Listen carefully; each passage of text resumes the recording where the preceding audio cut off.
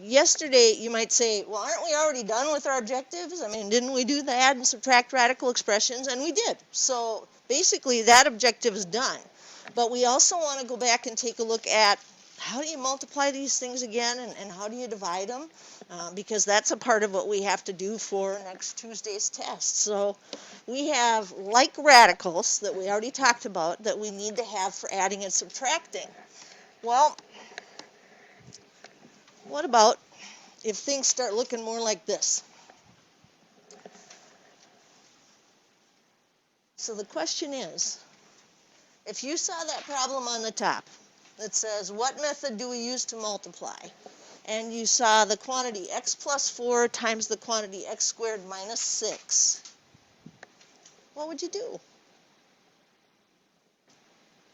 Ideas? FOIL. Looks like two binomials getting multiplied together, right? That's what we do. In the red, what method should we use to multiply those two together? Looks more complicated. FOIL. I have to stop for a second, let everybody know those masks need to go over the mouth and the nose. Get them up there, everybody. We keep everybody safe so we don't end up having to do distance learning all again. Now take a look at the purple. Oh my, look at that one. What method should we use to multiply those two together? What do you think? Yeah, FOIL. It's still just two binomials. It looks much more difficult. It's not, by the way, but we have to get to that point where we're saying it's just FOIL. I have two terms here, because terms are separated by addition. There they are. So today we want to work on multiplying, and then a little bit tougher will be division. Multiplying binomial radical expressions. So they're saying we're going to do the purples. We are. We really already know how to do this. We know how to use FOIL. We know that you can only multiply square roots times other square roots, cube roots times other cube roots, fourth roots times other fourth roots. We know all that. So we know the method, we just haven't done one yet. Well, using FOIL, let's take a look at this one. So first times first, that's not the tough part, right? That gives us 20. Outside times outside. So now some of you are like, so what do I really multiply by 4? Well, remember, we can only multiply the integer times the integer and square roots times square roots. So 4 times 4 is going to be 16 square roots of 2. We didn't have any other square root to multiply. Inside times inside, same thinking. Integer, the number out in front, times the 5, 10 square roots of 2. And then last times last, integer times integer, 2 times 4. Square root times square root. Square root of 2 times square root of 2 is square root of 4. We know what the square root of 4 is. Yeah, it's 2. And we might as well go ahead and combine those two middle radicals that we learned how to add yesterday. So 16 square roots of 2 and 10 square roots of 2 are 26 square roots of 2. And in the back, I realize that when 8 and the square root of 4 are sitting right smack dab next to each other, that's multiplication. And the square root of 4 is a 2, so that'll be 16. Almost there. Now I have two integers that I can add together. I have the 20 and the 16. And now I've got it. So again, no big box of step 1 do this, step 2 do this, step 3 do this. It's, hey, you know how to do this already. Just use all the skills that you've learned. All right. Oh, notice, FOIL guy. Give him a couple little beady eyes here. There's FOIL guy. So you know you've got it when you have FOIL guy. Most of you are so good at FOIL now, you don't draw lines and all that stuff. You just go ahead and do it, you know. Alrighty, let's look at B. First times first. What would you get?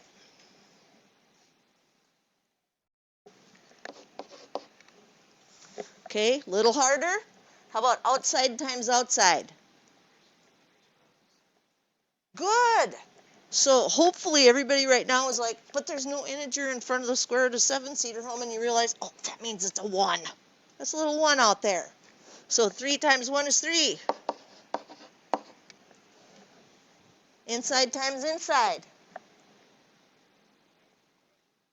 Good. Negative 5 square roots of 7. Last times last. Good. Now, some of you are probably thinking, Cedar-Home, do I have to write down that? Because I know the square root of 49, and I just write down 7 right away. Well, some of the beginning ones, it would be nice to see that. But yeah, as you do more and you practice more in your homework, you're probably not going to keep writing that stuff down. You're just going to go immediately to 7. So we've got 3 square roots of 7 minus 5 square roots of 7, which is minus 2 square roots of 7. And then we change that square root of 49 into a 7. I think there's one more step here, though. What would this finally be in simplest form? Good. There it is. Again, all skills we already know. We just had to put it together. That's it. So if you're thinking, why is this stuff in where it said add and subtract like radicals? Take a second look. We had to add and subtract like radicals to do this. So we needed that little piece. All right. Talk me through this one. What's the first number you get? 6. Next one. Good. Next one. Good.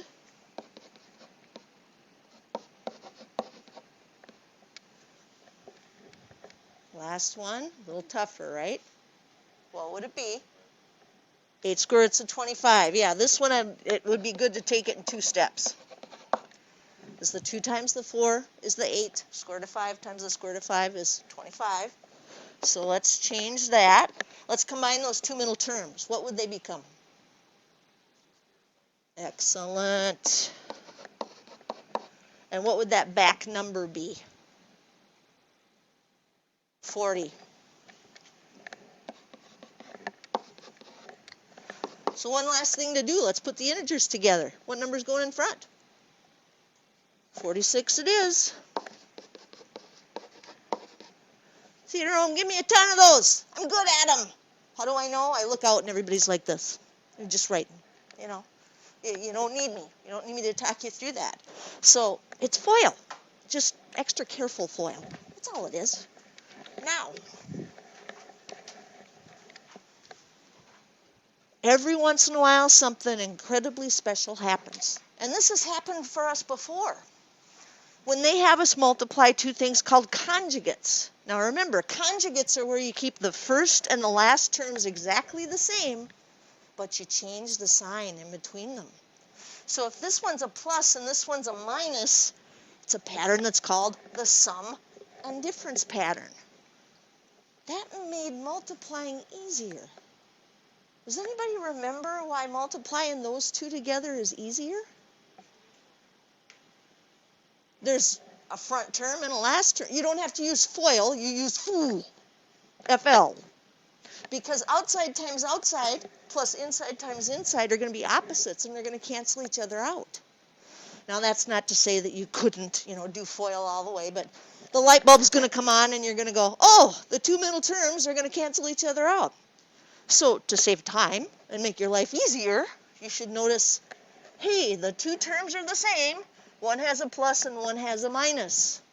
Fancy name is sum and difference pattern. They're also called conjugates. So when A and B are rational numbers, the product When we multiply those two together, the product of the two radical conjugates, a rational number.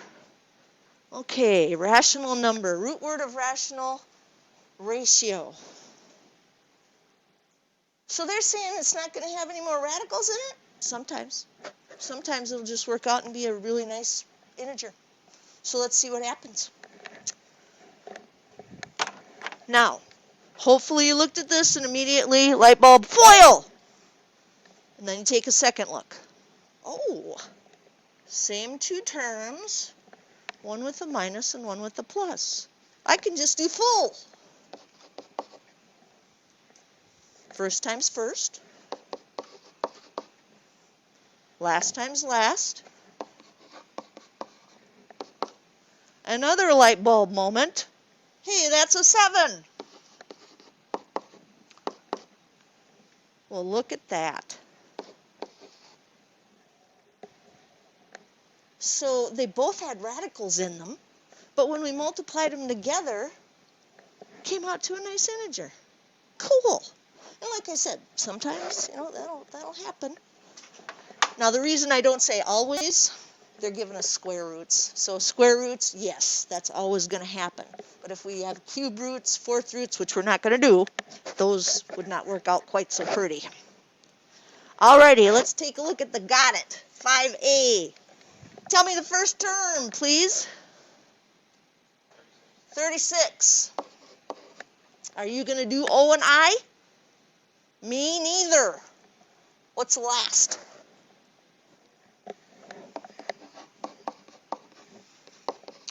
And what is the square root of 144? It is 12.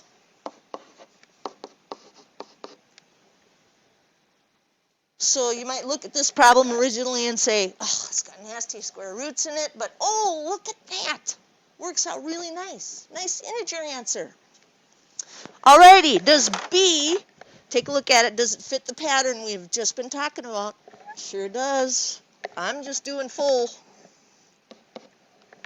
First times first, 9. Last times last, minus the square root of 64. The square root of 64 is,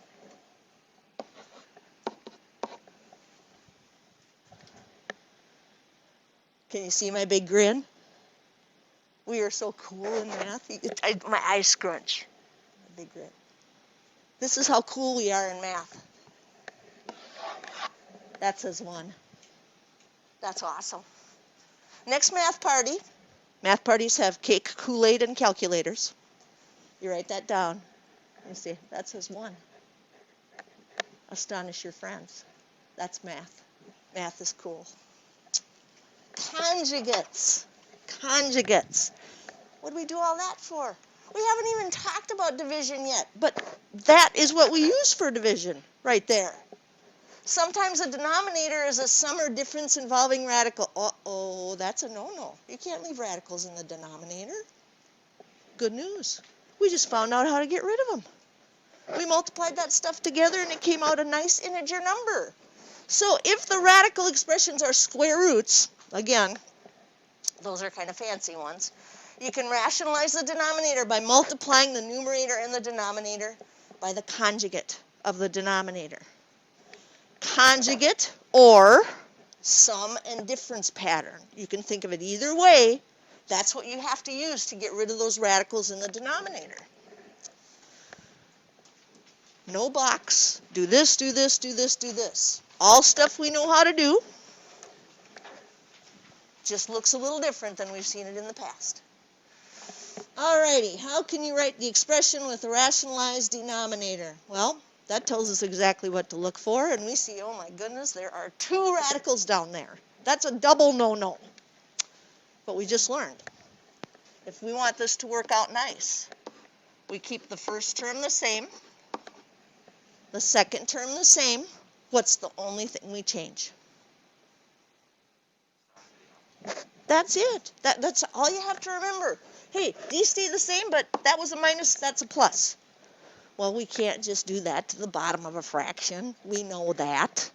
So what we do is multiply the denominator and the numerator because this is just a gigantic 1. That's what that is. We're not changing the value of the number. We're just changing the way it looks. We're manipulating it. Now, always work on the denominator first. We want to make sure that's going to work before we waste our time doing anything in the numerator. Oh, well, this one's interesting. First times first this time gives us what? Square root of 25, yeah. Well, that's okay though, right? Now, I put a plus down. Is that right or wrong?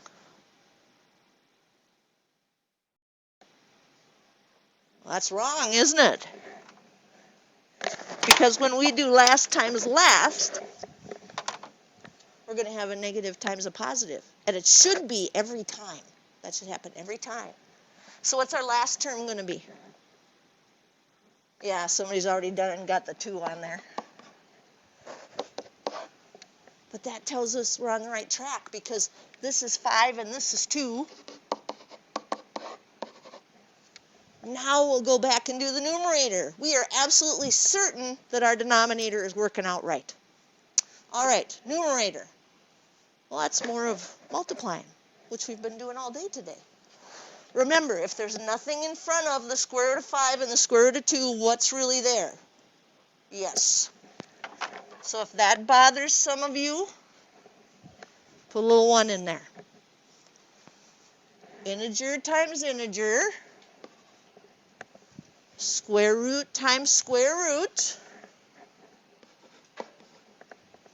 And this time, we don't have binomial times binomial.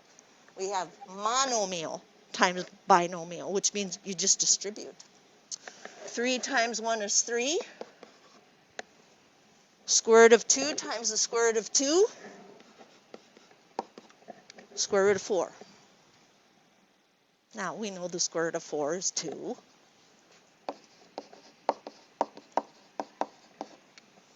And we know 3 times 2 is 6. And we usually put the pretty stuff up front, so let's put the 6 up front.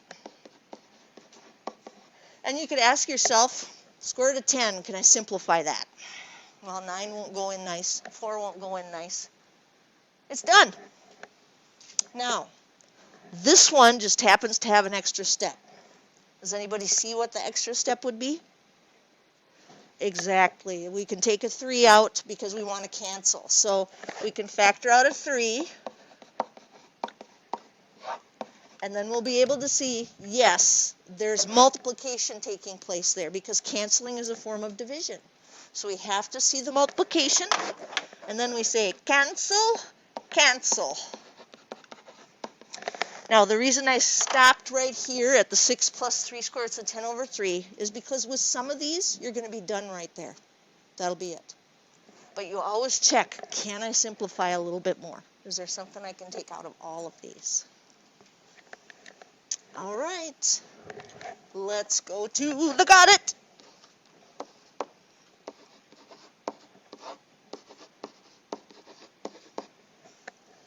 How can you write the expression with a rationalized denominator? Good question. Thoughts?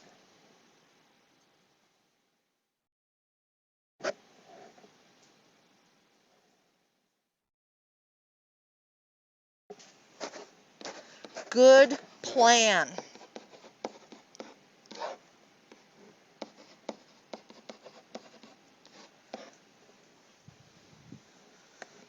So top and bottom gets the square root of 3 plus the square root of 5 because this one already had the minus in it.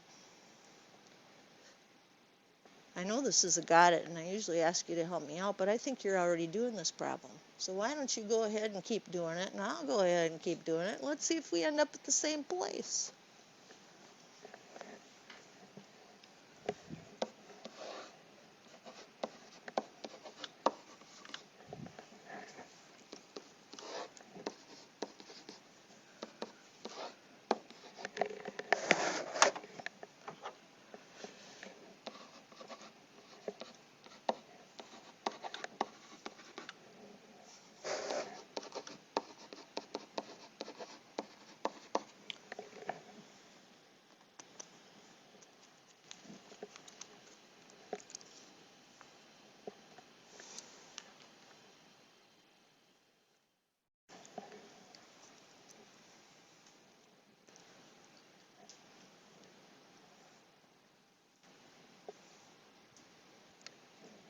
Can I ask you how I'm doing so far? Every once in a while I'll make a mistake on purpose. See if you catch it. Am I doing okay so far? So what didn't I do to finish this up? Yeah, we've got 2's in the top. So we would have to take a 2 and factor that out so that we could see what's really left is a -1 and the square root of 21 plus the square root of 35.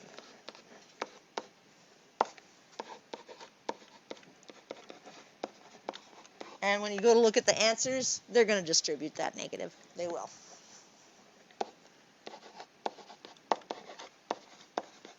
Mostly because it's faster for whoever typed the book up to put that answer in there. How are you doing?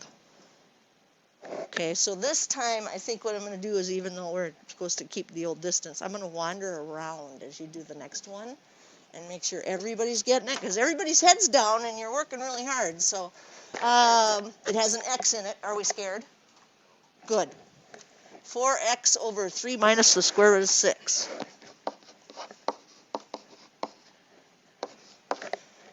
Those book writers can't scare us.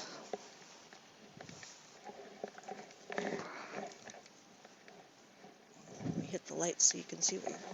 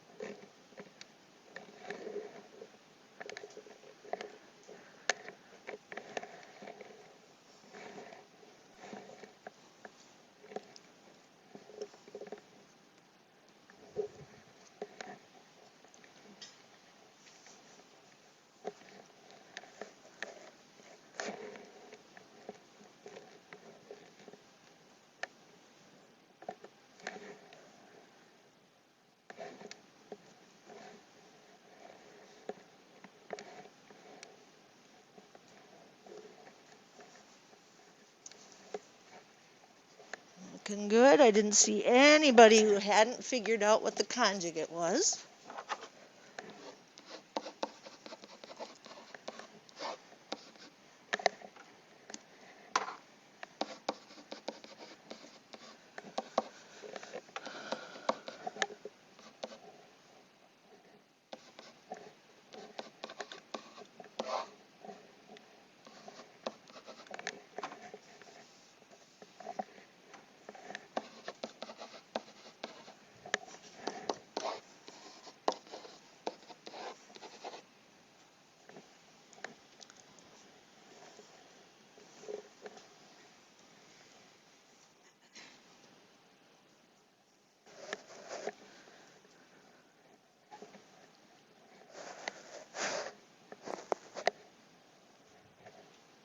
So far, so good up there.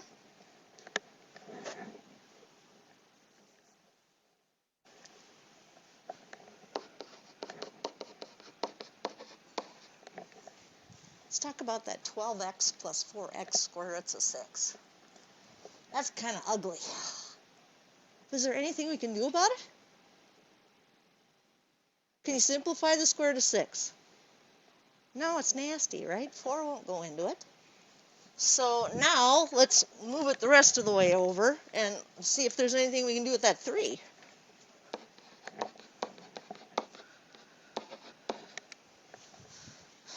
What do you think? We can't take it out of the whole thing, can we? So this would be a perfectly fine answer. You could stop right here because you can't take it out of the whole thing. Some books, I don't think this one will do it, but some books would say, go ahead and divide both of these by 3. Here's why. Did you notice one of them is nice and divisible by 3? Yeah, so some books would say this would be 4x plus 4x over 3 square roots of 6. But I am perfectly fine with you stopping with that perfect little answer of 12x plus 4x squared to 6 over 3. You know, it really just depends on if you have more math to do, because if you have more math to do, this is definitely your go-to right there. It really is. That's going to make the math in the future a little bit easier for you. Now there was one more of these. You'd think that would be enough, right? Because you're getting it. It's all good. Suppose you're going to rationalize that little nasty business. 1 minus the square root of 8 over 2 minus the square root of 8.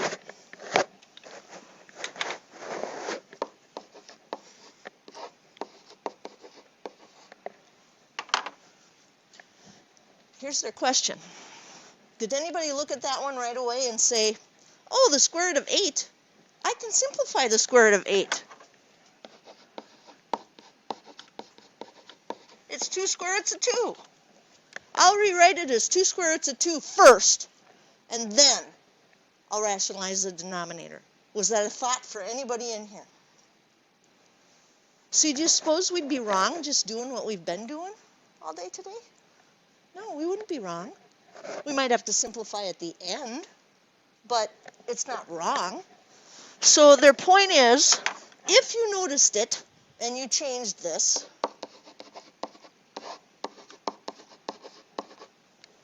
then you did the math correctly. You're going to get exactly the same answer as somebody that says, I'm going to stick with what we were doing in class. And go from there. Go ahead and find that one. See what you get. Just double check to make sure everybody's doing okay.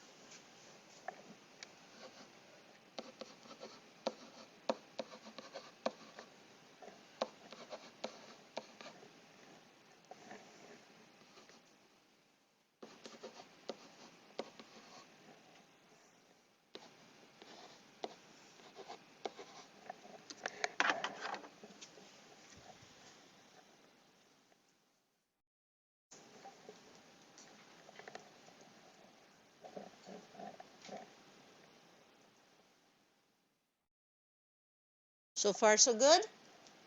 Anybody see anything up there? They go, Cedarholm, that's not right. Oh, that 2 square roots of 8 doesn't look really great. You probably can't tell what that is from back there.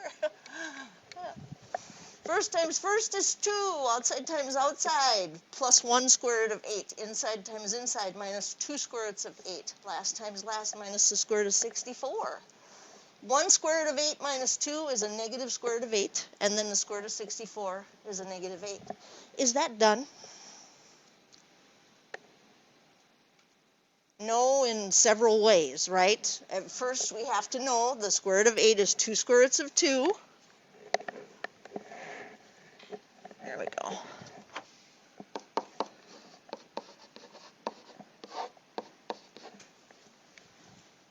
Now, what else do we have to do?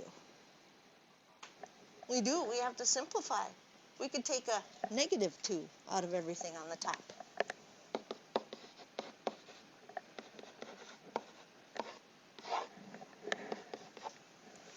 So negative 2 times 3 would give you negative 6, and negative 2 times the square root of 2 would give you negative 2 square roots of 2. Basically, you're just dividing to factor that out. And then, oh look, negative 2 goes into the numerator once, and into the denominator twice. And we have 3 plus the square root of 2 over 2. So that ended up being a good one. Had kind of a double simplify thing at the end. Again, if you use 2 square roots of 2, you probably didn't have to do all that simplifying when you got down to the bottom. But most people notice right away, oh, there's a radical in the denominator. I'm going to go ahead and rationalize the denominator. So that's how all of this fits together in our objective today. I mean, with all of these problems, we had to do some adding and subtracting of like terms. Sure, we had to do FOIL and rationalize the denominator and other things, but we used that new skill throughout all of these. So now we need a little bit of practice. There it is. So we're going to be doing some FOIL, and we're going to be doing some rationalize the denominator. And then tomorrow, we'll just spend working on a worksheet to make sure all of those skills are good, and I'll be wandering around to see if anybody needs additional help. And Friday, we start our review for the test. So those of you that didn't have me first semester, this is the first time we're going to do the practice test with you, isn't it? Yeah, this is your first time. We haven't done any of that yet. So on Friday, I'll be making a video of probably about half of the practice test. You're going to want to watch that and do part of the review assignment. And then Monday when you come back, we'll do the second half of the practice test, and then you can finish up your review assignment because the test is next Tuesday. And remember, the only way you earn that ability to retake tests is to have all your homework in before we take it. So some of you have been on the homework train and fallen off. So now you're going to have to run alongside of it and try to jump in one of the cars. You know, that's what you're going to have to do. You need that homework in to get enough practice to do well on the test. Google Meeters, as always, you're welcome to stay on, or you can go off and then stop back in anytime before 10:45. Yeah, 10:45 if you have questions. Up to you. You might have to holler for me when you come back on, because this is the biggest class I have all day, I believe.